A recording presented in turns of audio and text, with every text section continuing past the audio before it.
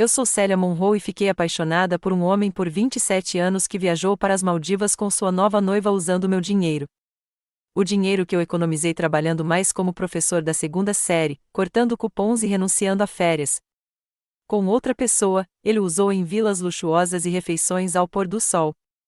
Eles voltaram com sorrisos orgulhosos e armas bronzeadas para descobrir que, como eu, a casa havia sido vendida, vazia e desaparecida. Eu me abstenha de gritar. Eu não implorei. Quando eles entraram na garagem, vi que tudo o que eles acreditavam ser deles se foram. Diga-nos de onde você está visualizando na seção de comentários antes de começarmos. Para histórias mais impactantes, lembre-se de gostar, compartilhar e assinar. Você sabe, a traição tem uma qualidade peculiar. Você não está impressionado como um caminhão por ele. Ele se infiltra como uma névoa. Meu marido vai me estragar hoje, não é o que você diz quando se levanta. Você derrama o café em vez disso. O almoço dele está lotado por você. Você o lembra de procurar seus abotoaduras. Você diz a ele que o ama e dá a ele um beijo de despedida na porta, sem perceber que ele não estará com você quando ele voltar a uma aeronave. É divertido. Eu acreditava por anos que o amor exigia sacrifício. Eu acreditava que manter as rotinas, o casamento e a conta bancária compartilhada demonstraram força. No entanto, o amor sem respeito é apenas mágoa gradual. Além disso, não é honroso fazer um sacrifício por alguém que o vê como invisível. Ele se apaga. Eu tinha 23 anos quando conheci Daniel. Meu primeiro apartamento foi vendido por ele. Ele alegou procurar uma senhora que pudesse desafiá-lo e era agradável e ambicioso. Eu pensei que era aquela mulher por um tempo. Eu forneci firmeza. Ele forneceu informações. Construímos uma vida juntos. Isso é o que eu pensei, de qualquer maneira. Emily era nossa filha. O destaque do nosso casamento foi ela. Ainda é. Eu acreditava que Daniel e eu finalmente teríamos tempo para viajar, reconectar e aproveitar a vida que adiamos enquanto criava uma criança e economizando para a aposentadoria quando ela partiu para a pós-graduação no ano passado. Pelo contrário, observei meu cônjuge gradualmente se retirando. Ele colocou horas atrasadas no trabalho. Aniversários deslizaram sua mente. Eu pensei que era estresse. Eu culpei tudo, menos a aparente realidade, até o mercado e sua saúde. Eu me transformei em uma aliança de casamento em uma carteira, um substituto. Você sabe como é acordar e descobrir que a pessoa deitada ao seu lado é alguém que você não reconhece? Desde que você mudou, e não porque eles têm? Eu estava olhando para um homem que costumava me trazer café na cama, que agora estava olhando através do telefone dele enquanto eu discutia meu dia. Não estou compartilhando isso com você por simpatia. Não estou procurando pena. Eu quero que você compreenda uma ideia muito básica. Até as mulheres mais reservadas, aquelas que pagam suas contas, dobram roupas e escondem sua raiva atrás das maneiras. Também somos limitados. Não gritei quando aprendi sobre as férias das Maldivas, o iate particular, os jantares à beira-mar e os US $14.000 que ele retirou da nossa conta conjunta. A casa em que ele me deixou já estava listada quando ele voltou, o que me fez sorrir. E ele estava bronzeado e sorrindo com uma mulher com metade da minha idade quando saiu daquele Uber. A placa vendida do quintal dizia tudo. E eu? Com as chaves na minha mão, fiquei na varanda. Jogue no veículo em movimento, para não dar a ele. Este é o conto de como descobri algo melhor, sincero, depois de perder tudo o que acreditava que precisava. Minha vida parecia estar indo bem até que tudo se separou. Até normal. Você assumiria que eu tinha tudo funcionando do lado de fora. Uma casa aconchegante em um subúrbio pacífico de Ohio. Um cônjuge que sorriu para a igreja Potlux e usava botões limpos. Todo domingo, Emily, uma filha, ligava e dizia: "Eu te amo, mãe", antes de desligar. Eu não tinha desejo de luxo. Eu quero calor. A paz foi o que eu quero. E eu realmente pensei que o tive por um longo tempo. Na Franklin Elementary, eu era um professor da segunda série. Não era fascinante, mas me fundamentou. Meus dias estavam cheios de testes de ortografia, cadarços ausentes e perus de papel colados nas paredes em novembro. Eu amei aquelas crianças. Eu sabia quais eram tímidos, quais precisavam de abraços extras e quais nunca trouxeram almoço porque ninguém o empacotou para eles. Depois do trabalho, eu passaria pelo supermercado, geralmente cortando cupons do hábito mais do que a necessidade. Eu cozinhei o jantar do zero quase todas as noites. Em parte porque eu adorava alimentar minha família. Em parte porque Daniel gostava de me lembrar quanto dinheiro economizamos por não encomendar. Isso não me incomodou. Gostei de nossas rotinas. Eu gostei de nós. Daniel estava ocupado, sempre se movendo. O setor imobiliário não diminui, ele diria, e eu iria aceno, pensando que admirava sua agitação. Ele usava sapatos caros, mantinha o cabelo bem separado e sempre sabia o que dizer nos jantares dos clientes. Quando as pessoas perguntaram quanto tempo estávamos casados, ele apertava minha mão e brincava, muito tempo para ela recuar agora. Tínhamos esse tipo de brincadeira. Pelo menos eu pensei que fizemos. Nos fins de semana, limpamos a garagem ou nos sentamos na varanda. Emily acabará de se mudar para a pós-graduação em Boston, e a casa parecia um pouco mais vazia, mas eu acreditava que isso era normal. Eu via as fotos dela no Instagram, o dormitório dela, o laboratório dela, seus novos amigos e me senti orgulhoso. Um capítulo havia fechado, mas outro estava começando. Eu também tive sonhos. Os quietos. Economizei há anos, guardando dinheiro em silenciosamente os cheques de aniversário, presentes de feriado e um trabalho de tutoria paralelo de que nunca falei. Era nossa economia oficialmente. Mas eu sabia que era principalmente meu. Eu não me importei. Imaginei anos usá-lo um dia, uma viagem ao Maine no outono, ou talvez na Itália, se ficássemos corajosos. Eu até imprimi fotos e fiz uma pequena tábua de viagem escondida atrás de livros de receitas na despensa. Eu nunca mostrei Daniel. Eu queria que fosse uma surpresa. Eu pensei que iríamos envelhecer juntos. Eu nos imaginei lendo na varanda, Daniel com seu uísque e eu com um cobertor e chá. Eu imaginei netos um dia perseguindo vagas no quintal. Não foi uma fantasia. Era um plano. Nossos vizinhos, os Bennets, disseram uma vez que éramos um dos casais sólidos. Lembro-me de corar nisso. Sólido, seguro, constante. Eu gostei do som disso. Mas agora, olhando para trás, percebo quanto dessa vida foi construído em silêncio. Não mente exatamente, apenas as coisas nunca disseram. Eu nunca disse a Daniel como eu me senti sozinho quando ele chegou em casa atrasado sem uma palavra. Eu nunca disse a ele o quanto odiava a maneira como ele me interromperia na frente de outras pessoas como se eu fosse criança. Eu nunca perguntei por que ele mudou a senha do telefone. Eu não queria começar uma briga. Eu não queria ser dramático. Eu diria a mim mesma, ele está estressado. Ele está cansado. Ele me ama. Ele simplesmente não é bom em mostrar isso. Eu dobrei essa dúvida como a roupa, enfiando-a perfeitamente em gavetas. É isso que as mulheres fazem, certo? Nós abrimos espaço. Nós amolecemos nossas vozes. Dizemos que está tudo bem, mesmo quando não é. Olhando para trás, ainda posso sentir o cheiro do óleo de lavanda que costumava esfregar nos pulsos antes de dormir, esperando que ele acalmasse a sensação apertada no meu peito. Eu não conseguia explicar. Eu pensei que estava envelhecendo. Talvez fosse a menopausa. Talvez eu precisasse exercitar mais. A verdade era mais simples e muito mais dolorosa. A verdade era que eu estava desaparecendo e nem percebi. Porque na vida que eu havia construído, no casamento que pensei ser sólido, esqueci de salvar um lugar para mim.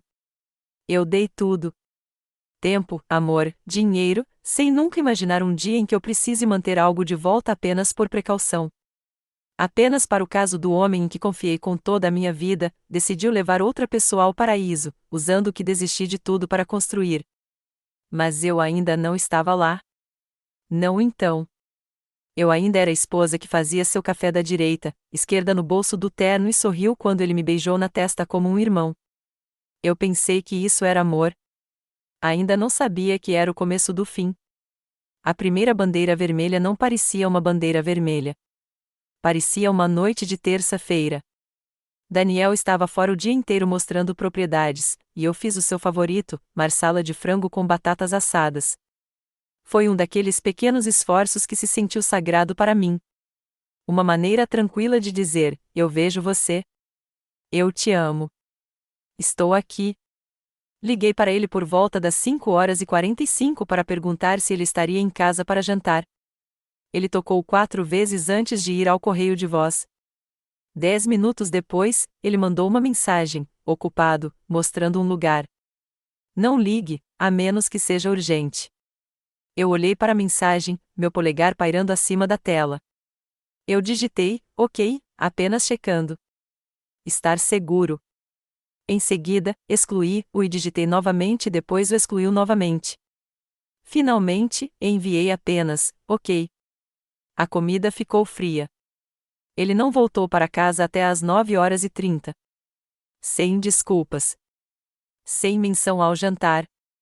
Ele foi direto para a geladeira, pegou uma cerveja e ligou o jogo na sala de estar. Eu o vi da cozinha, de pé no meu avental, ainda segurando a toalha de prato na minha mão como algum tipo de suporte em uma peça esquecida. Eu disse a mim mesma que ele estava cansado, que ele deveria ter tido um dia difícil. Mas algo sobre a maneira como ele olhou através de mim como se eu nem estivesse lá fez meu peito apertar. Alguns dias depois, encontrei um recibo no bolso de seu jeans enquanto lavava a roupa. Era de um café da cidade que eu nunca tinha ouvido falar. 2 lattes, um croissant de amêndoa. Talvez ele tenha conhecido um cliente. Talvez ele estivesse apenas com fome. Eu não perguntei. Eu apenas dobrei o jeans e deslizei o recibo no lixo como se não importava. Mas a mudança começou.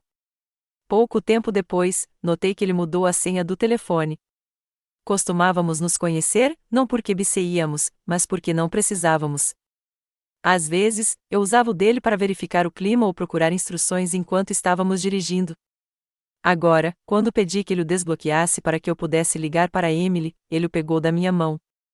Eu vou fazer isso, ele disse acentuadamente e digitou o código antes de devolvê-lo. Eu ri isso.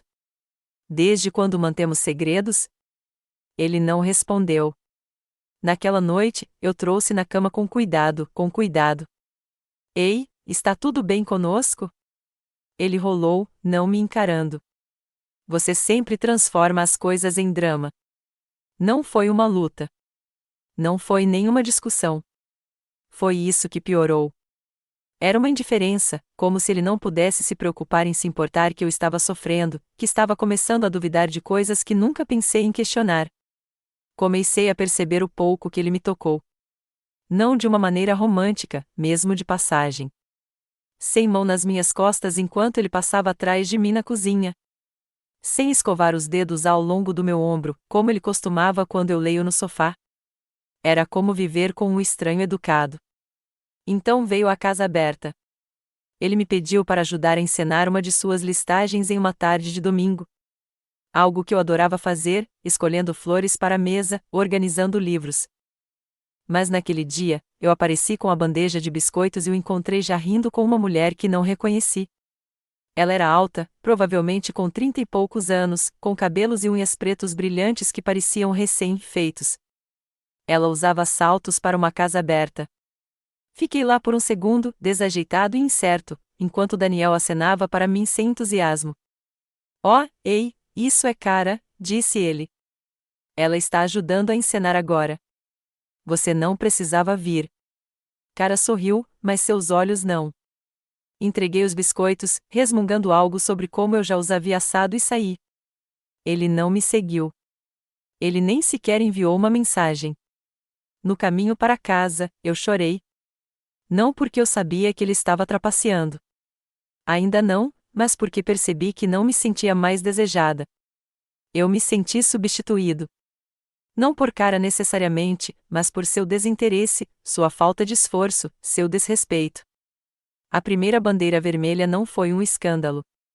Não era batom em um colar ou uma conta telefônica secreta. Era um silêncio, distância, espaço encolhendo entre duas pessoas que uma vez compartilharam tudo, agora de pé em extremidades opostas da mesma casa, fingindo que isso era normal. Eu não o confrontei. Eu disse a mim mesma que estava exagerando, que estava cansado, que talvez eu só precisasse me concentrar mais em mim mesmo. Mas no fundo, algo mudou, e eu estava começando a perceber que o amor não se sente assim. A erosão emocional não acontece em um único momento. Acontece lentamente, como ondas puxando a costa. Gentil o suficiente para que você não note, mas constante o suficiente para eventualmente lavá-lo. Nos meses que se seguiram àquela casa aberta estranha, o silêncio entre Daniel e eu ficou denso. Não com raiva, apenas vazio.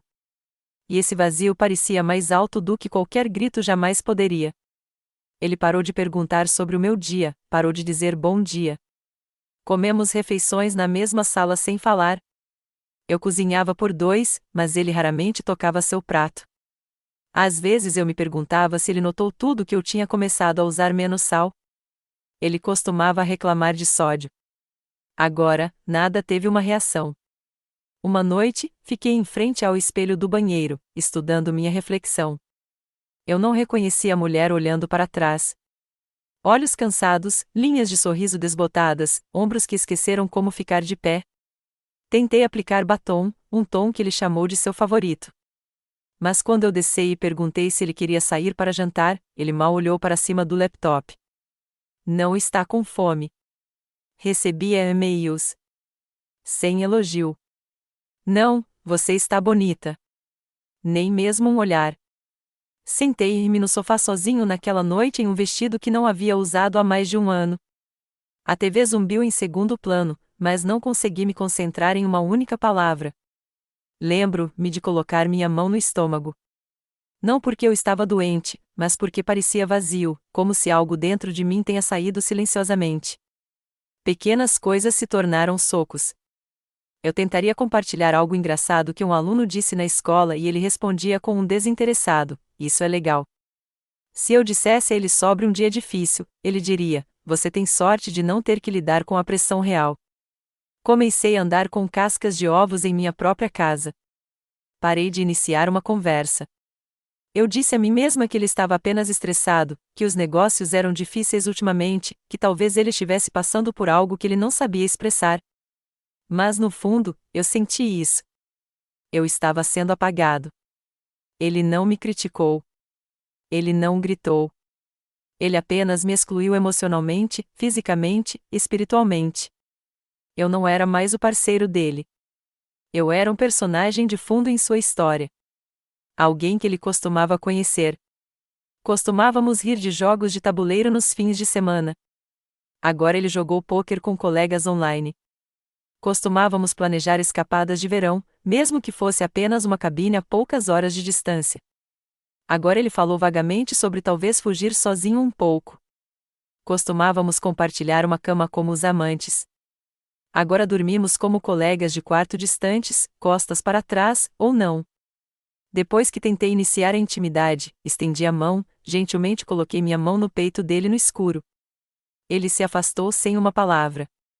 Minha mão caiu como um peso morto nos lençóis, e eu apenas olhei para o teto pelo resto da noite, meu coração quebrando sem som. Foi a morte por 1000 pequenas ausências. Na escola, meus colegas de trabalho começaram a perguntar se estava tudo bem. Eu sorri demais, disse que estava cansado. Comecei a ficar até tarde na minha sala de aula. Era mais fácil estar perto de crianças do que ir para casa e se sentir invisível. Emily ligou para um fim de semana e perguntou se papai estava por perto. Eu disse: ele saiu. Ela hesitou. Ele está muito fora ultimamente. Afastei-o, mudei de assunto. Eu não estava pronto para dizer em voz alta que algo em nosso casamento se abriu e nenhum de nós estava tentando corrigi-lo. Eu até comecei a me questionar. Eu era chato, muito claro, muito previsível. Comprei roupas novas, mudei de penteado, me inscrevi para uma aula de culinária.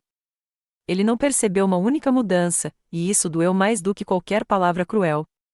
A casa começou a parecer mais fria, mesmo no verão. Eu mantive as janelas abertas por mais tempo apenas para ouvir pássaros ou tráfego distante, algo que me lembrou que eu ainda existia. Algumas noites, fiquei descalço na cozinha às 2 horas da manhã, água potável que eu não precisava, apenas para sentir algo. Os ladrilhos sob meus pés, o ar frio, a quietude. Eles foram as únicas coisas que não me ignoraram. Não era apenas que Daniel havia se tornado distante. Foi que eu havia desaparecido, e ninguém, nem mesmo o homem que prometeu me amar para sempre, parecia notar que eu estava desaparecendo. Era uma tarde de sábado no início da primavera, quando aconteceu, o momento em que quebrou qualquer fio de dignidade que eu havia deixado. O ar estava quente para abril, e o sol fez tudo parecer enganosamente esperançoso, como se a vida estivesse florescendo novamente. Mas para mim, naquele dia marcou um tipo muito diferente de despertar. Daniel e eu fomos convidados para um churrasco do bairro organizado por nossos amigos Mark e Denise, pessoas que conhecemos há mais de uma década. Costumávamos jogar cartas com eles a cada 2 sexta-noite. Eles conheciam Emily quando ela ainda usava aparelho e carregavam um elefante de pelúcia por toda parte. Eu não os via há algum tempo e quase recusei o convite, mas Daniel insistiu que deveríamos ir para aparições, disse ele. Essa frase parecia um tapa. Lembro-me de ficar em frente ao espelho naquela manhã, demorando mais tempo com meu cabelo. Eu usava uma blusa verde macia e calças de linho branco que não ousava desgastar há anos. Eu disse a mim mesma que era apenas uma reunião, mas secretamente esperava que ele notasse, que ele olhasse para mim e lembrasse quem eu era, quem éramos. Ele não. Ele mal olhou para mim. No momento em que chegamos, ele se afastou com um grupo de homens pela grelha. Fiquei perto das mulheres, bebendo chá gelado, acenando com histórias sobre férias e projetos de remodelação. Denise veio e me deu um abraço caloroso. Você está linda, Célia, disse ela. Que bom ver vocês dois juntos. Você está tão quieto ultimamente. Eu sorri. Muito grande. Apenas ocupado, eu disse. Você sabe como a vida fica. Cerca de 1 hora depois, alguém trouxe algumas garrafas de vinho. O riso flutuou pelo quintal. Daniel estava em sua segunda cerveja, recostado em uma cadeira de gramado, cercada por pessoas. Cara estava lá também. Eu não tinha percebido no começo. Ela se misturou à multidão, mas uma vez que eu a vi parada ao lado dele, rindo de algo que ele disse, eu não conseguia vê-lo. Ela estava usando um vestido de verão que mal tocava os joelhos, óculos de sol empurraram de volta para seus cabelos pretos brilhantes e saltos de cunha que a fizeram. Parecia que pertencia à capa de uma revista de praia, não no quintal de um churrasco do meio-oeste. Eu estava derramando um copo de limonada quando ouvi meu nome. A voz de Daniel, barulhenta e inconfundível, seguida por uma onda de risadas. Célia costumava queimar macarrão, ele estava dizendo, por anos seguidos. Eu pensei que íamos morrer de macarrão mal cozido. Todo mundo riu, incluindo o cara. Ela até comprou este livro de culinária por favoras e o manteve embaixo do travesseiro como se fosse a Bíblia, continuou ele. Eu fiquei lá congelado. Minha mão apertou a jarra de limonada até que eu pensei que o copo poderia quebrar. Ele sabia que eu odiava essa história. Ele sabia que isso me envergonhou. Eu tinha dito a ele em confidencial há anos atrás, como tentei aprender a cozinhar quando fomos casados. Como eu queria impressioná-lo. Como chorei na noite em que arruinei o jantar de aniversário dele porque segui a receita muito de perto e ainda falhei. E agora era uma piada. Meu esforço, minha vulnerabilidade, minha memória reduzida ao entretenimento. Eu não saí. Eu não chorei. Andei calmamente, coloquei a limonada na mesa e disse, alto o suficiente para quem ao seu redor ouvir, pelo menos nunca esqueci seu aniversário. O riso parou. Cara parecia confuso. O sorriso de Daniel vacilou. Eu segurei o olhar dele por um momento. Ele olhou para mim como se eu fosse um estranho que acabará de lhe contar uma verdade inconveniente. Eu me virei e fui embora. No carro, ele não falou. Nem eu. O silêncio era pesado. Mas desta vez, não foi sufocante. Foi esclarecedor. Naquela noite, deitei na cama e percebi que me senti mais visto por estranhos naquela festa do que pelo homem que prometeu me amar para sempre. Não porque eles me valorizaram, mas porque testemunharam o que ele não tentou mais se esconder. Seu desrespeito, seu desprezo, sua crueldade casual. Eu entendi algo importante naquela noite. Não era só que ele não me amava mais. Foi que ele não me respeitou. E sem respeito, o amor não tem sentido. Essa humilhação não me destruiu. Isso me acordou. Foi o momento em que parei de tentar reconquistá-lo e comecei a lembrar quem eu era antes de me esquecer de mim mesmo tentando mantê-lo. 2 semanas após o churrasco, encontrei uma nota dobrada no balcão da cozinha. Não é uma carta, nem mesmo uma folha de papel completa, apenas uma nota pegajosa amarela, do tipo que eu costumava deixar na lancheira de Emily na segunda série. Célia, vou ficar no Caras por um tempo. Eu acho que nós dois precisamos de espaço. Daniel. Foi isso. Não, eu te amo. Sem explicação, nenhuma conversa, apenas uma frase semi-rolada deixada ao lado de uma caneca de café vazia e uma trilha de pegadas lamacentas no chão de ladrilhos. Eu fiquei lá no meu roupão de banho, a chaleira sibilando atrás de mim, aquela pequena nota patética tremendo na minha mão. Eu li de novo, esperando que ele mude, esperando que ele voltasse pela porta e diga que foi uma piada ou um teste ou um erro. Mas a porta da frente ficou fechada. E o som de seus pneus triturando a garagem nunca chegou porque ele já estava fora. Ele não fez mal uma mala. Ele não pegou seu kit de carregador ou barbear ou mesmo a jaqueta que eu apenas limpava a seco para ele. Isso me disse tudo o que eu precisava saber. Ele não estava saindo com pressa. Ele já estava vivendo uma segunda vida. Ele tinha uma escova de dentes em outro lugar, um armário cheio de roupas que eu nunca lavei, uma mulher que não estava esperando por ele todas as noites, esperando que ele olhasse para ela do jeito que costumava. Eu não gritei. Eu não o persegui. Eu nem chamei de Emily. Ainda não. Acabei de me sentar na mesa da cozinha, olhando para aquela nota pegajosa como se fosse um documento descrevendo a morte do meu casamento. E ainda assim, eu não conseguia chorar. Eu acho que estava muito entorpecido para sentir qualquer coisa real. Não foi até mais tarde, quando entrei no nosso quarto e vi a cama desfeita, as meias que ele sempre começou no pé, a colônia que ele nunca usava mais, que as lágrimas vieram silenciosamente, sem aviso prévio. Eles rolaram minhas bochechas como desculpas calorosas de um corpo que não conseguia falar as palavras.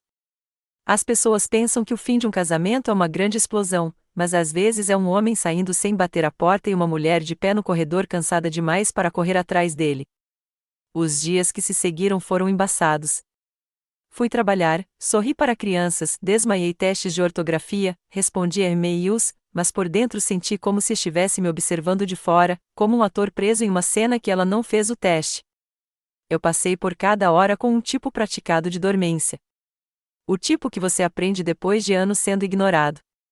Ele não enviou uma mensagem, não ligou. Não houve desculpas, nenhum acompanhamento, nem explicação. O silêncio disse o que ele nunca teve coragem. Terminei. Comecei a limpar obsessivamente. O tipo de limpeza que parecia mais exorcismo. Eu esfreguei rodapés, gavetas esvaziadas, doadas caixas de suas roupas velhas, móveis reorganizados. Não porque isso me fez sentir melhor, mas porque era a única coisa que eu poderia controlar. A única maneira de marcar que ele realmente se foi. E todo mundo assumiu que eu também tinha terminado. Os vizinhos acenaram educadamente, mas não fizeram perguntas. Os amigos enviaram textos casuais pensando em você em que eu não tinha energia para responder. Até Emily sentiu que algo estava errado, mas não pressionou. Ela estava ocupada. Ela estava longe. E eu não suportava dizer, seu pai foi embora. Ainda não. Algumas noites eu sentei na sala sozinha, a TV ligada, mas abafada, passando pelos álbuns de casamento. Eu olhei para a TH e fotos como eu estava estudando estranhos. Havia Daniel, os olhos enrugados em um sorriso, segurando minha mão. Lá estava eu em renda e pérolas, olhando para ele como se ele fosse todo o meu futuro. Eu queria abalar a versão de mim e sussurrar, ele não ficará.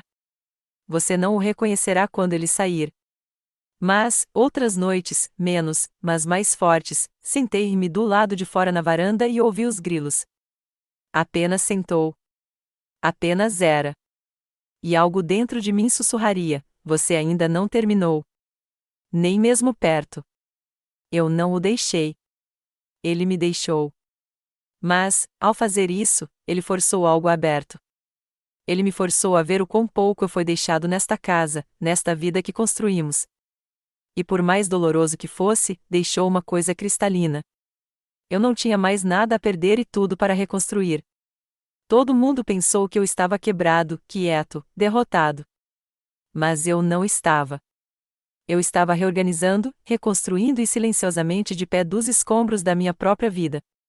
E enquanto ele pensava que eu estava sentado naquela casa, esperando por ele, eu já estava imaginando como seria deixar tudo ir. O fundo do poço não parecia um acidente. Parecia uma descida lenta e silenciosa. Um afogamento tranquilo em minha própria casa. Fazia quase um mês desde que Daniel saiu, e ainda sem ligação, sem texto. Não, você está bem? Não vamos conversar. Ele desapareceu da minha vida como se eu fosse um compromisso esquecido em seu calendário. Algo que antes é necessário, agora irrelevante. Todas as manhãs, acordei em silêncio. Não é do tipo pacífico, mas do tipo que zumbiu em seus ouvidos como um aviso. Eu arrasava pela casa descalça, tocando coisas que se sentiam familiares. A cafeteira, a caneca lascada que ele sempre usava, a poltrona reclinável, onde costumava adormecer durante os jogos de beisebol. Tudo ainda estava lá, mas a vida havia sido drenada, como móveis abandonados em uma foto encenada. Parei de comer refeições regulares. Eu morava em biscoitos ou fazia torrada e esqueceria no meio do caminho. Meu estômago não estrangulou mais. Parecia pesado, como se estivesse cheio de pedras. Alguns dias eu não conseguia me levar ao banho. Eu sentava na beira da cama com uma toalha no meu colo e apenas olhava para o chão. Não chorando, sem pensar, apenas paralisado por uma dor que eu não conseguia explicar a ninguém. Há um tipo de solidão que não vem de ficar sozinha, mas de perceber a única pessoa que deveria amá-lo, protegê-lo, se afastou de bom grado sem olhar para trás. Certa manhã, abri o armário para me vestir e vi seus ternos ainda pendurados lá. Dezenas deles, cuidadosamente pressionados, codificados por cores, um hábito que eu mantinha fora do amor. O homem nem estava morando aqui, mas eu continuei organizando sua vida como uma esposa fantasma. Essa percepção me atingiu mais do que eu esperava. Sentei-me ali no chão do closet e finalmente soluçava. Não são as lágrimas tranquilas que eu deixei escapar no chuveiro. Desta vez, foi gutural, alto, feio. Meu rosto enterrado em um de seus blazers, respirando o perfume que restava. A dica mais fraca de sua colônia. O que eu costumava escolher para ele todo Natal. Eu chorei por tudo. Para a garota que eu costumava ser. Para a mulher que me tornei. Na época em que perdi amar alguém que me considerava descartável. Nos anos que passei sendo confiáveis, gentis, solidários e invisíveis. Eu não ouvi o telefone tocando na outra sala. Eu não me importei. Fiquei lá até minha garganta doer e minhas mãos sacudiram de me segurar com muita força. Mais tarde naquela noite, tentei ligar para Emily. Ela respondeu no terceiro anel. Oi, mãe. Tudo bem? Eu queria dizer não. Eu queria dizer, volte para casa. Seu pai saiu. Estou desmoronando. Mas eu não queria arruinar a vida dela também. Estou bem, menti. Só queria ouvir sua voz. Conversamos sobre as aulas dela, seu novo parceiro de laboratório, seus planos para o verão. Ouvi, acenando com silenciosamente, segurando o telefone como uma linha de vida. Quando desligamos, olhei para a tela escura por um longo tempo. Techniche. Então eu coloquei suavemente no balcão da cozinha e desliguei a luz. Essa foi a noite em que sonhei que estava debaixo d'água. Não se afogando, apenas submerso. Tudo abafado, todos distantes. Fui suspenso em água fria e escura, observando a superfície acima, mas incapaz de alcançá-la. Acordei ofegando, coração batendo. Na manhã seguinte, fui para fora descalço na minha túnica apenas para sentir alguma coisa. A grama estava fria com orvalho. O céu estava nublado. Fiquei lá, braços cruzados, respirando o ar úmido, quando uma vizinha, a senhora Shen, passou com seu cachorro. Manhã, Célia, disse ela, sorrindo gentilmente. Você está bem? Eu assenti muito rapidamente. Tudo bem, apenas aproveitando a manhã. Mas mesmo ela não acreditava nisso. Seu sorriso se suavizou. Se você precisar falar, eu faço uma xícara de chá médio. Foi a primeira vez que alguém me viu. Não é a versão que eu realizei, não o sorriso falso que eu coloquei no supermercado, mas eu. O amassado, quieto, me desvendando. Aquele pequeno momento abriu algo. O fundo do poço não é apenas sobre tristeza. É sobre silêncio, dormência, aquele lugar perigoso onde você começa a acreditar talvez isso, a solidão, a invisibilidade, a dor, é apenas quem você é agora. Mas algo naquele momento, de pé na grama molhada com cabelos crespos e mãos vazias, me disse que não pode ser. Tinha que haver mais. Ainda não me senti forte. Eu não tinha um plano, mas sabia, profundamente nos ossos que me levaram por tudo, que se eu pudesse sentir a dor tão profundamente, eu também podia sentir outras coisas. Esperança, poder, propósito. Ainda não sabia o quão perto eu estava de descobri-lo. Começou inocentemente o suficiente. Eu estava na mesa de jantar com um caderno e calculadora, tentando entender minha nova vida no papel.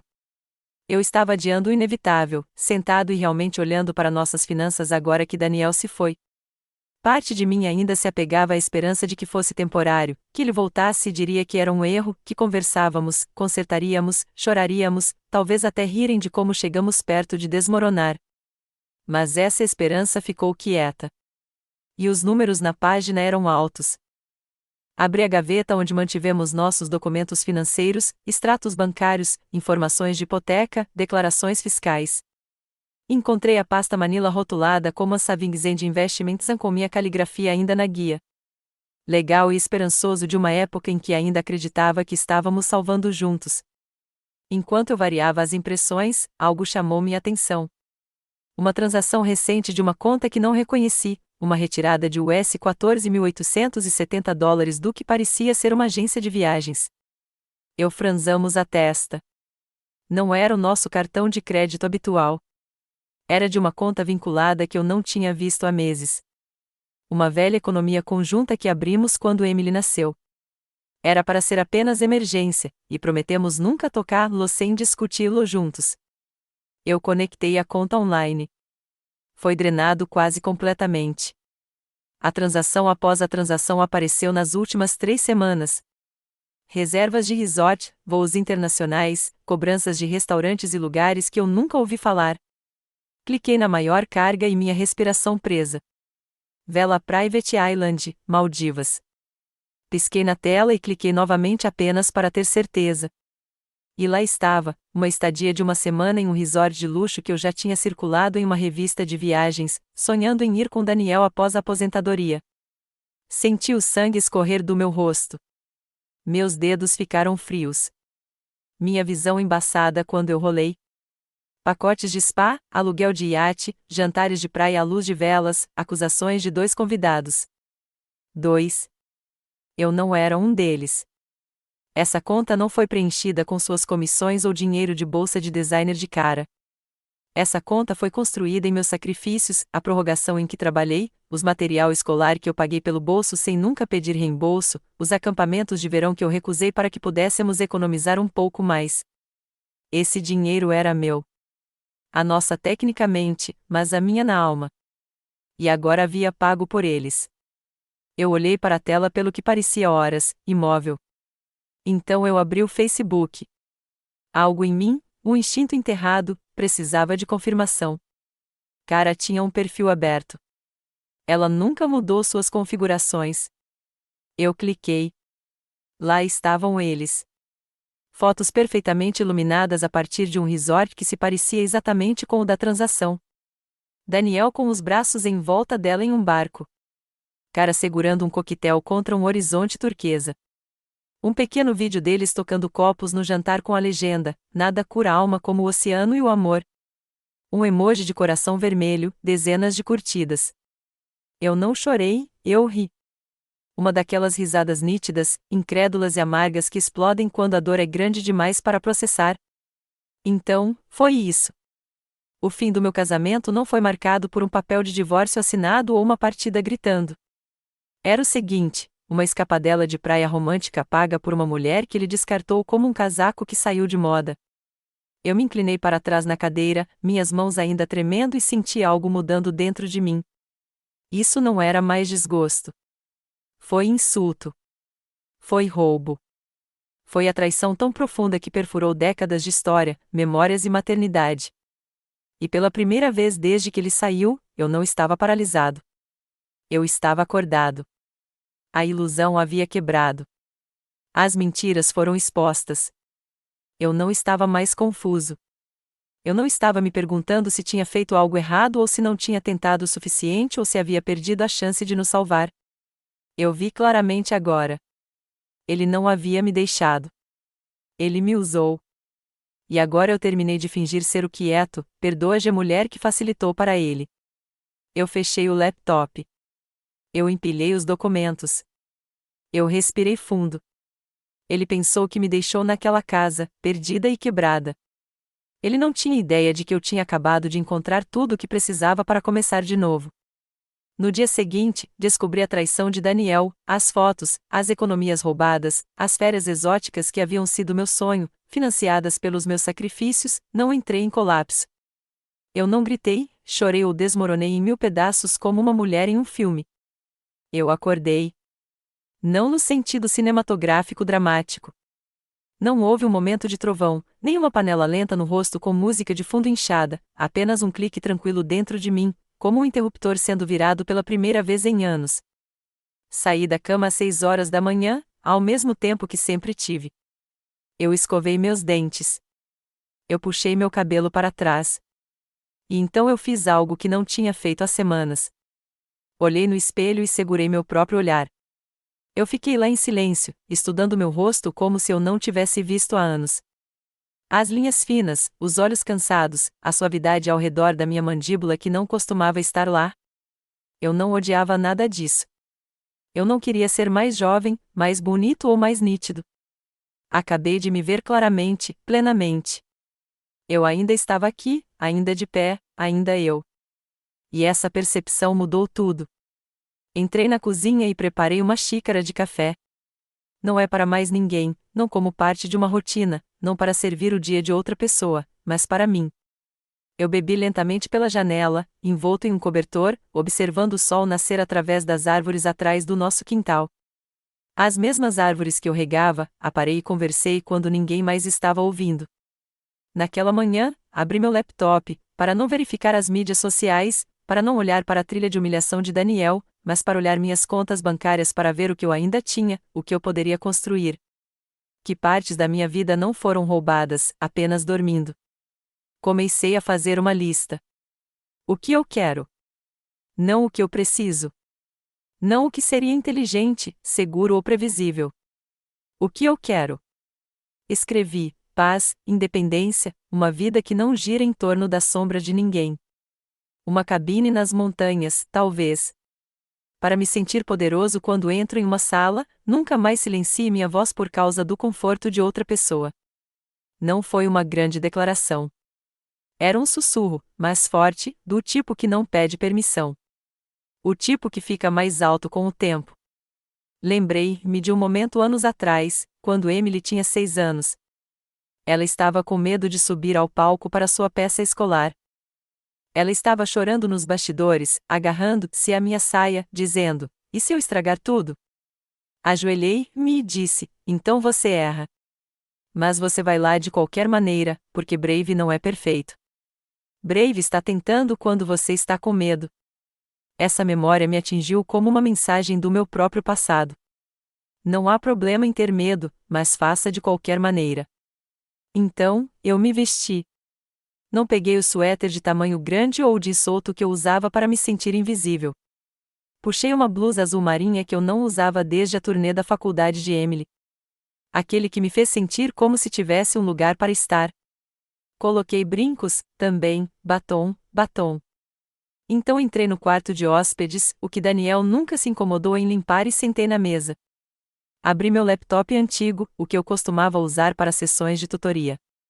Procurei advogados de divórcio perto de mim, depois como vender uma casa após a separação, depois destinos de viagem solo para mulheres com mais de 50 anos.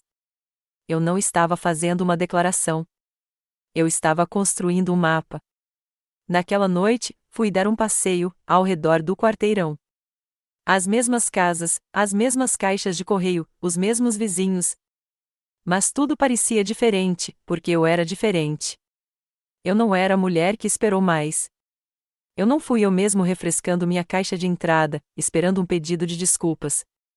Eu não estava de luto por alguém que escolheu outra pessoa e esperava que eu ficasse congelada de tristeza enquanto ele vivia livremente. Não, eu estava descongelando. Eu estava esticando. Eu estava subindo. Em algum lugar profundamente dentro de mim, a mulher que eu costumava estar, aquela com instintos nítidos e uma risada alta e sonhos da Itália, ouvirá meu choro. E ela estava voltando em silêncio, constantemente, poderosamente, para não se vingar, mas voltar para si mesma. Eu não anunciei nada.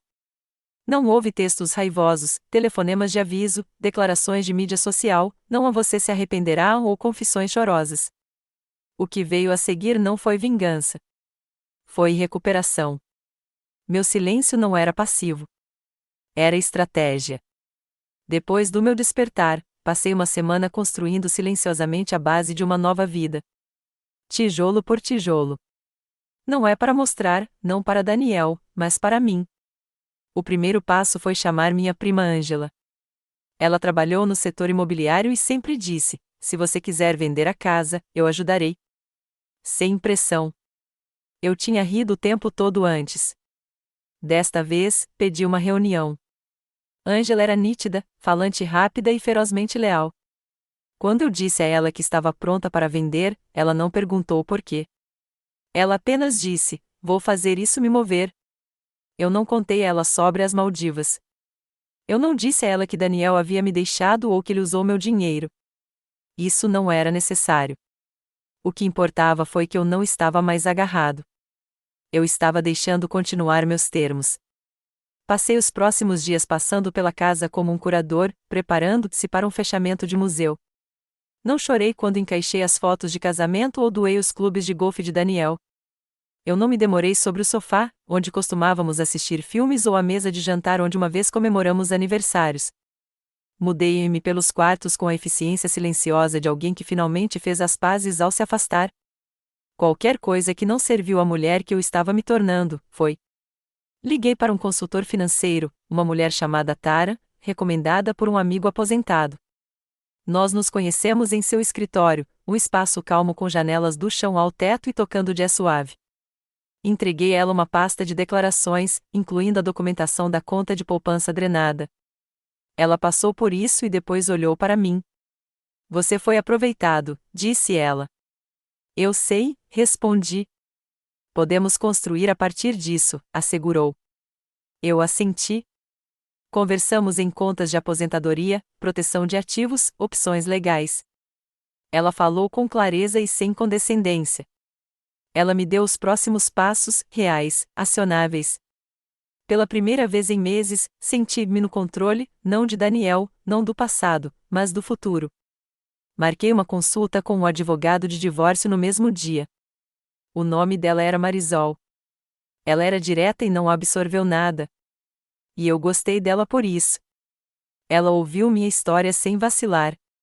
Quando contei a ela sobre as economias roubadas, ela não hesitou. Ele usou ativos conjugais para um caso pessoal, disse ela. Vamos recuperar o que podemos. Perguntei se eu poderia fazer tudo isso silenciosamente. Sem batalhas prolongadas, sem drama, exatamente o que era legalmente meu e a liberdade de deixar com ela. Ela sorriu. Você quer limpo e rápido? Ela perguntou. Você entendeu? Ela confirmou. De volta a casa, comecei a levar minha vida em duas categorias: mantenha e libere. Não apenas itens físicos, mas âncoras emocionais. Culpa. Liberar. Culpa. Liberar. A constante necessidade de me explicar? Liberar. Na garagem, encontrei um diário empoeirado do ano em que Emily começou o ensino médio. Deslocando, vi entradas escritas por uma mulher que ainda está lutando para importar em sua própria casa. Uma mulher que ficou acordada a noite toda planejando surpresas para um homem que mal se lembrava da data. Fechei o diário, não por dor, mas fechando. Essa versão de mim merecia melhor. Sussurrei a obrigado e o coloquei na caixa de liberação. À noite, fiz listas. Não tarefas, mas possibilidades. Lugares que eu poderia me mudar, coisas que eu queria aprender, livros que nunca li, habilidades que arquivei por anos. Eu o mantive gravado na geladeira. E todas as manhãs, eu lia uma linha em voz alta, como uma promessa para mim mesma. Daniel nunca ligou, nenhuma vez. Talvez ele pensasse que eu estava sofrendo silenciosamente, perdido nas ruínas que ele deixou para trás. Talvez ele assumisse que eu estava congelado de tristeza, muito manso para agir.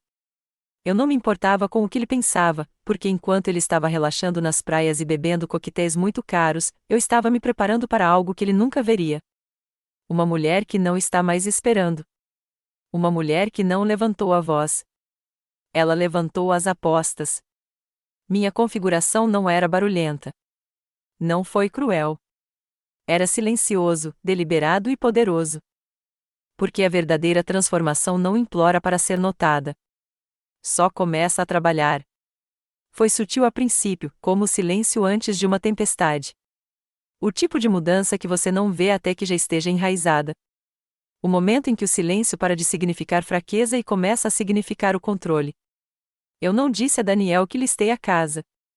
Não disse a ele que contratava um advogado de divórcio, ou que havia iniciado o processo legal para separar os ativos, ou que eu congelaria o que restava de nossas contas.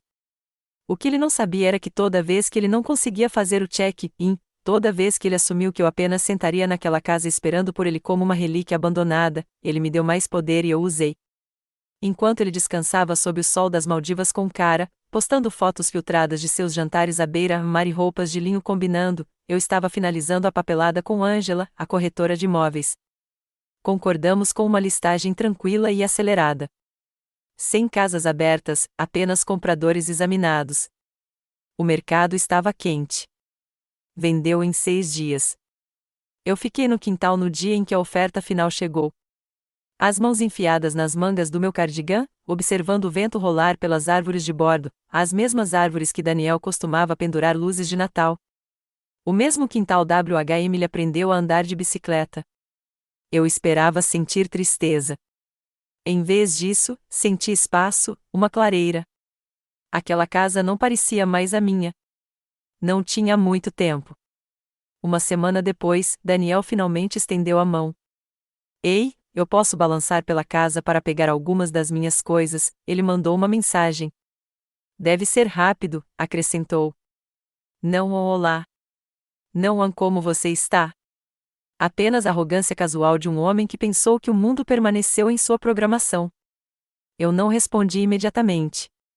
Eu esperei 3 horas. Então eu mandei uma mensagem de volta: você precisará coordenar com meu advogado. A propriedade não está mais em nossa posse, acrescentei. Sua resposta veio rápido desta vez. O que você está falando? Ele perguntou. Eu não respondi. Eu não precisava. Durante anos, eu vivia em seu ritmo.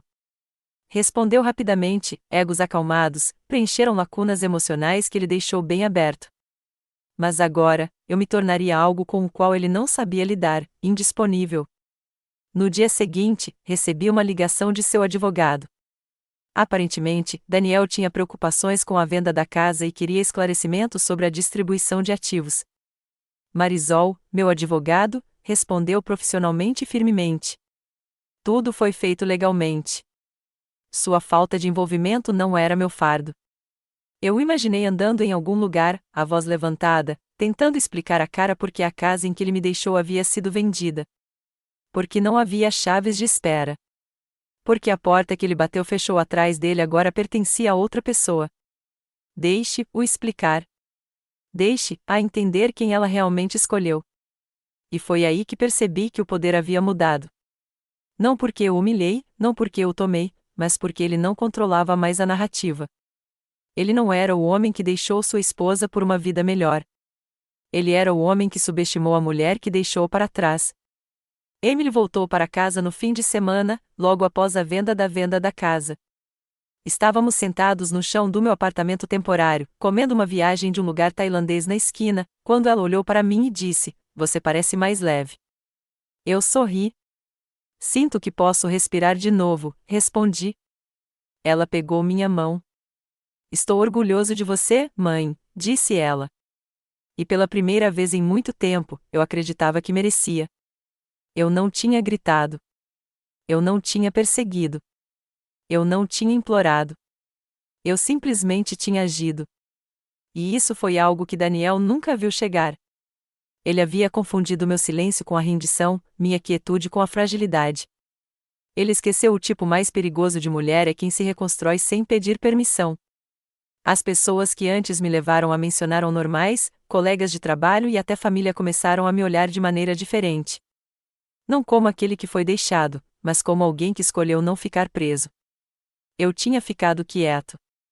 Não porque eu era fraca, mas porque estava assistindo, planejando, me tornando. E quando Daniel percebeu que o chão embaixo dele estava mudando, eu já havia me afastado dos escombros, cabeça erguida, mãos limpas e livres. O dia em que Daniel voltou estava nublado, o tipo de céu que fica baixo e pesado, cheio de coisas que não decidiu se lançar. Eu estava de pé na garagem do que antes era nossa casa, agora despojada de sua alma, embalada e pronta para seus novos proprietários. A placa vendida ficava alta no gramado, como pontuação no final de uma frase. Eu não esperava que ele aparecesse naquela tarde. A venda foi feita. Os motores já estavam a caminho. As chaves foram transferidas. Eu não tinha mais nada a dizer. E aparentemente, esse foi o momento exato em que ele decidiu vir. Seu Lexus preto entrou na garagem, como se ele ainda pertencia lá. Como os últimos 6 meses não tinham acontecido, como as Maldivas, cara, e essa nota pegajosa amarela havia sido as figurações da minha imaginação. Quando ele saiu do carro, ele parecia diferente, um pouco mais fino, mais alguns cinzas na barba. Ele usava uma jaqueta de couro que eu não reconheci e espelhava óculos de sol, que ele tirou no momento em que me viu parado junto à garagem, com a área de transferência na mão. Célia, disse ele, sua voz casual, confusa. O que está acontecendo? Ele perguntou. Porque há um caminhão em movimento aqui, ele acrescentou. Eu não respondi imediatamente. Eu queria levá-lo, realmente vê-lo. Esse homem que já sabia como eu peguei meu café. Quem prometeu me amar na doença e na saúde? Que usou minhas economias para romance uma mulher que eu nunca conheci e que nunca pensou que eu nunca lutava. Ele olhou ao redor do quintal, como se fosse ele quem havia sido traído. Você vendeu a casa? Ele perguntou. Eu fiz, eu disse, calmo e firme. 2 semanas atrás, acrescentei. Fechado ontem, concluí. Você o vendeu sem me dizer, sem precisar, disse ele. Eu respondi, meu advogado lidou com os registros. O seu era CCD, acrescentei. Ele piscou. Eu não verifiquei meu e-mail, disse ele. Essa não é mais minha responsabilidade, respondi. Não houve drama na minha voz, nenhuma mordida, apenas clareza. E para ele, isso foi muito mais chocante do que um tapa no rosto. Ele deu um passo mais perto. Você não pode simplesmente fazer isso, disse ele. Esta era a nossa casa, ele insistiu. Eu balancei minha cabeça. Não, Daniel, eu disse. Você desistiu do seu direito de chamá-lo de nosso quando saiu sem conversa, sem um plano e sem um pingo de decência, expliquei. Ele abriu a boca para falar, mas eu não o deixei. Pela primeira vez, não dei espaço para girar uma história. Você deixou uma nota, eu disse. Uma nota, Daniel, repeti. Depois de 27 anos, foi assim que você terminou as coisas, afirmei. E enquanto você bebia coquetéis com cara em uma praia que eu sonhava em visitar você, eu estava sentado naquela cozinha, me perguntando como me tornei tão pequeno em uma vida que ajudei a construir, continuei. Eu não pensei que você... Ele começou. Não, você não, eu cortei. Você não achou que eu seguiria em frente, eu disse. Você não achou que eu seria capaz de deixá-lo ir, acrescentei.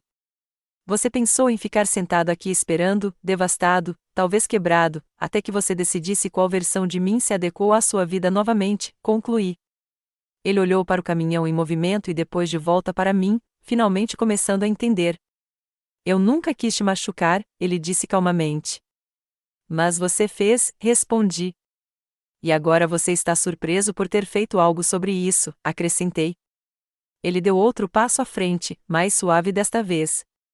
Célia, passamos por tanta coisa, disse ele. E eu sobrevivi a tudo isso, eu disse, incluindo você. Esse foi o momento em que mudou, realmente mudou. O peso que ele já segurou sobre mim, As cordas emocionais que ele achava que ainda poderia puxar, eles bateram. Eu podia ver isso em seus olhos. Ele estava procurando a versão antiga de mim, a esposa tranquila e agradável que suavizou o conflito e manteve a paz. Ela não estava mais lá. Parecia que ele queria dizer mais, mas me virei para os motores. Certifique-se de pegar as caixas marcadas onde doaram diretamente para a queda, não a unidade de armazenamento, eu disse, alto o suficiente para Daniel ouvir. Ele permaneceu por um segundo mais e finalmente perguntou: para onde você vai? Eu conheci seus olhos. Em qualquer lugar que eu quiser, respondi. Eu não devo a ele responder. Eu não lhe devo o fechamento dele. O que eu dei a ele naquele dia não foi confronto. Era um espelho. E pela primeira vez em muito tempo, ele teve que enfrentar o que havia feito, o que havia perdido. Fui embora sem olhar para trás, porque a coisa mais poderosa que eu podia dizer não era nada. E às vezes, o silêncio é a verdade mais alta que existe. 2 semanas após o confronto, recebi uma carta pelo correio de Marisol, meu advogado. Estava nítido, bem dobrado e carimbado com as palavras em documentos legais sensíveis ao tempo fechados. Eu abri-o lentamente, meio esperando apenas mais uma atualização sobre a papelada. Mas o que eu encontrei no interior foi o desenrolar da fachada cuidadosamente mantida de Daniel. Juntamente com os registros oficiais do divórcio e os registros de transferência de propriedades, havia uma carta fechada do banco. Confirmação de que a ação legal foi aprovada para recuperar fundos conjugais desviados, especificamente os quase US$ 15 mil que Daniel retirou de nossa conta de poupança conjunta. Aquele que ele costumava levar cara para as Maldivas. Marisol trabalhava nos bastidores enquanto eu vendia silenciosamente a casa e dividia o resto de nossos ativos. Ela havia apresentado uma reclamação baseada em uma cláusula na Lei Conjugal de Ohio, uso indevido intencional de fundos compartilhados para assuntos pessoais, e ela ficou presa. A carta afirmou que os fundos haviam sido congelados em sua conta pessoal e a restituição seria emitida diretamente para mim dentro de 30 dias. Eu olhei por um minuto inteiro, não por choque, mas satisfação. Não porque eu precisava mais do dinheiro, mas porque queria responsabilidade. Esse dinheiro representava mais do que apenas dólares roubados. Estava na hora, confiança. Era todo o sacrifício que eu fiz ao recortar cupons em vez de fazer viagens, dizendo não a roupas novas para que pudéssemos colocar mais para a aposentadoria, ensinando a escola de verão enquanto ele trabalhava em almoços de negócios. Ele pegou tudo e gastou nela. Agora era meu de novo. Naquela noite, fiz chá e sentei na janela com a letra no meu colo. Lá fora, o vento rolou pelas árvores. Pela primeira vez em meses, senti como se pudesse exalar completamente. O dinheiro não apagaria a traição. Nada poderia. Mas isso foi justiça. Quieto, firme e poético. Eu não procurei Daniel. Eu não precisava. Notícias como essa viajam rapidamente, especialmente quando os advogados estão envolvidos. Mas eu ouvi de outra pessoa. Tudo começou com um correio de voz. Oi, Célia, é cara, disse ela. Eu não sei se você nem ouvirá isso, mas eu pensei que você descei, ela continuou. Eu não sabia sobre a conta, explicou ela. Eu não sabia que o dinheiro não era dele, acrescentou. Ele disse que era um bônus de negócios, afirmou. Sinto muito, disse ela. Eu não queria, acrescentou. Eu simplesmente não sabia, concluiu ela. Eu apaguei a mensagem. No dia seguinte, Daniel ligou. Eu não respondi. Então ele mandou uma mensagem: precisamos conversar. Por favor, acrescentou. É importante, ele insistiu. Eu não respondi. Naquela noite, um longo e-mail chegou na minha caixa de entrada. 5 parágrafos, desculpas, nostalgia, a tentativa de redenção de um homem pobre. Eu nunca quis te machucar, escreveu ele. Fiquei confuso, afirmou. As coisas com cara não estão dando certo, ele admitiu. Talvez tenhamos apressado para isso, acrescentou. Eu li uma vez, então novamente. Então, sem uma palavra, eu bati em excluir. Esta foi minha justiça. Não é a vitória legal, embora isso importasse. Não é o dinheiro, embora tivesse peso. Minha justiça estava em saber que ele finalmente havia conseguido entender o que perdeu. Ele perdeu a mulher que o levou por todas as estações enxutas, que mantiveram a família unida quando estava orgulhoso demais para admitir erros, que sacrificou seus próprios sonhos para que ele pudesse construir o dele. E agora ele não tinha esposa, casa nem dinheiro que ele poderia tocar. Caro deixou-o logo depois. Amigos em comum confirmaram isso. Ela voltou para sua cidade natal em Indiana, aparentemente disse às pessoas que ele não era quem ela pensava que era. Eu quase me senti mal por ela. Quase. Daniel agora mora em um pequeno apartamento acima de uma loja de vape nos limites da cidade. Sem gramado, sem balanço da varanda, apenas luzes fluorescentes e persianas baratas. E eu, sou uma prova viva de que uma mulher pode ser destruída e se reconstruir do zero, mais forte do que antes. Não com raiva, não com vingança, mas com resolução. Minha justiça final não foi que Daniel perdeu. Foi que eu ganhei, sozinho, sem implorar, sem quebrar e sem me abaixar para o nível dele. Eu devolvi o que era meu. E mais importante, eu me devolvi. Cerca de um mês após a devolução dos fundos e a papelada do divórcio foi finalizada, recebi uma ligação que não esperava. Era de Emily. Ei, mãe, disse ela. Eu estava pensando, tudo bem se eu voltasse para casa no fim de semana? Ela perguntou. Sua voz era casual, mas eu podia sentir algo mais profundo, algo não dito. Eu não a via desde que a casa foi vendida. Ela visitou durante a embalagem, me ajudou a enfiar caixas antigas de troféus de infância e anuários, mas ainda não havia visitado a pequena cabana que eu estava alugando na beira da cidade. Meu novo começo. Claro, eu disse. Eu adoraria isso, acrescentei. Ela chegou em uma noite de sexta-feira com uma bolsa noturna e um pequeno buquê de flores. Girassóis, meu favorito. No momento em que abri a porta, ela me puxou para um longo abraço, mais apertado do que o normal, como se ela não quisesse deixar ir. Bom lugar, ela disse enquanto entrava. Parece calmo, acrescentou. É, eu disse.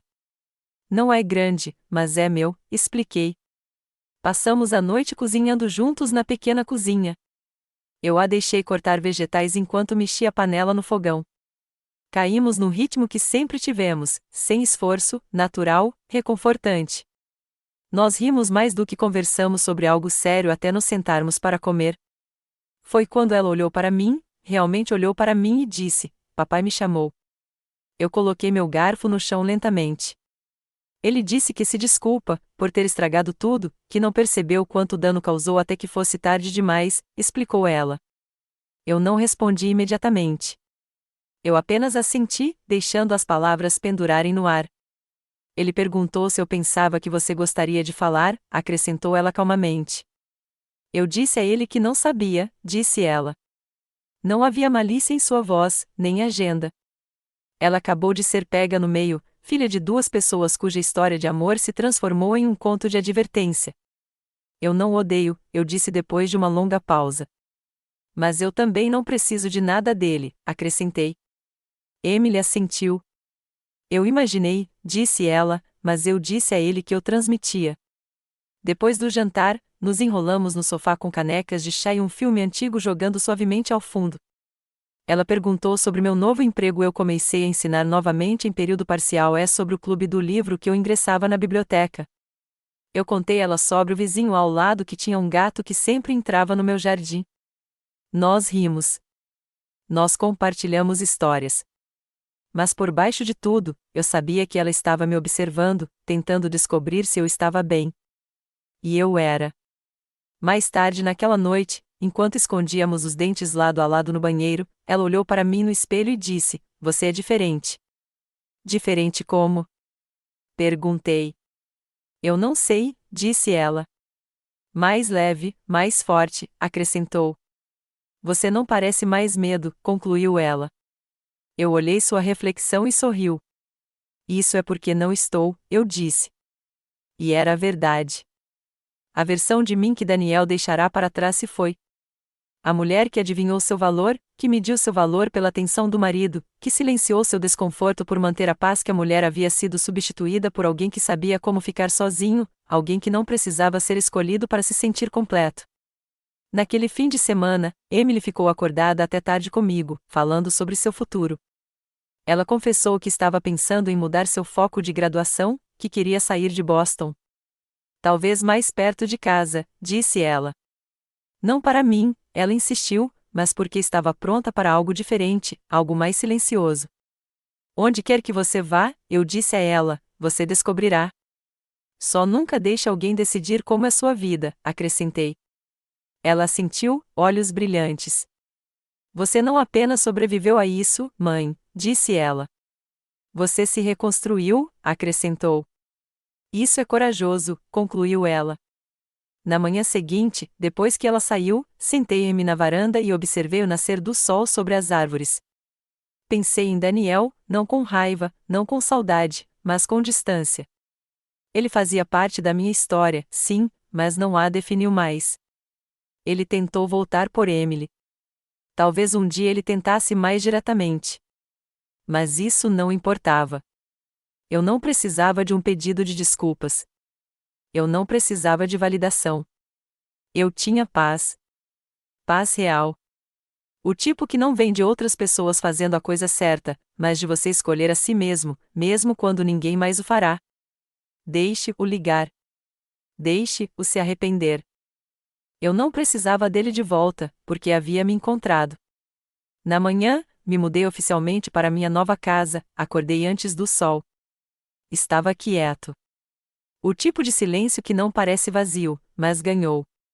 Fiquei descalço no chão de madeira da pequena sala de estar, embrulhada em uma colcha velha que minha mãe costurou quando eu era adolescente. Pela primeira vez no que parecia anos, me senti enraizado. Não para uma casa, não para um casamento, não para um título como esposa ou senhora Monroe, mas para mim mesmo. Não houve pressa, sem recados, ninguém esperando no café da manhã ou esperando uma programação. Só eu, o zumbido macio da manhã e uma xícara de chá quente aquecendo minhas mãos. Saí na varanda, inalando o ar frio do início da primavera. O céu foi pintado em delicados tons de lavanda e coral, desventando lentamente a noite. Nessa quietude, refleti não apenas no ano passado, mas a mulher que eu me tornaria. Se alguém tivesse me dito um ano atrás que eu estaria sozinho em um lar diferente, sem Daniel, sem planos compartilhados, sem compartilhar tudo, eu teria me sentido aterrorizado. Passei quase 3 décadas construindo uma vida em torno das necessidades, rotinas e humor de outra pessoa. Eu usava a lealdade como armadura. Fiquei quieto quando deveria ter falado. Abaixei meu volume, minhas esperanças e até minhas necessidades, tudo em nome de manter a paz que não era real. Eu pensei que a força significava ficar. Mas eu sei melhor agora. A força real foi encontrada na partida, mesmo quando eu não tinha todas as respostas. A força real foi descoberta em momentos em que eu poderia ter implorado, mas optou por respirar profundamente e não dizer nada. Em cada passo que tirei do que me machucou, cheguei mais perto de quem eu deveria ser. Eu costumava pensar que precisava de fechamento de Daniel. Eu pensei que precisava que ele me visse, para se arrepender do que ele fez, para reconhecer o que ele jogou fora. Mas o fechamento não veio de sua culpa. Veio da minha clareza. Clareza que eu tinha amado completamente, que havia dado honestamente, que tinha ficado muito tempo quando era bom para mim e que sobrevivia ao desenrolar. Isso foi suficiente. Aprendi a apreciar minha própria empresa. Encontrei alegria em pequenos rituais, caminhadas precoces, mercados de agricultores de fim de semana, cartas manuscritas para Emily, que agora ligou mais do que nunca. Comecei a manter um diário de gratidão, não porque estava tentando ser outra pessoa, mas porque precisava me lembrar diariamente de quão longe eu chegava. E não foram apenas as grandes coisas. Foram as pequenas vitórias que construíram minha nova vida. A primeira vez que montei apenas uma estante de livros. No momento em que me levantei a um gerente de banco e me recusei a ser discutido. Não é vacilante quando ri em voz alta durante um ato de comédia.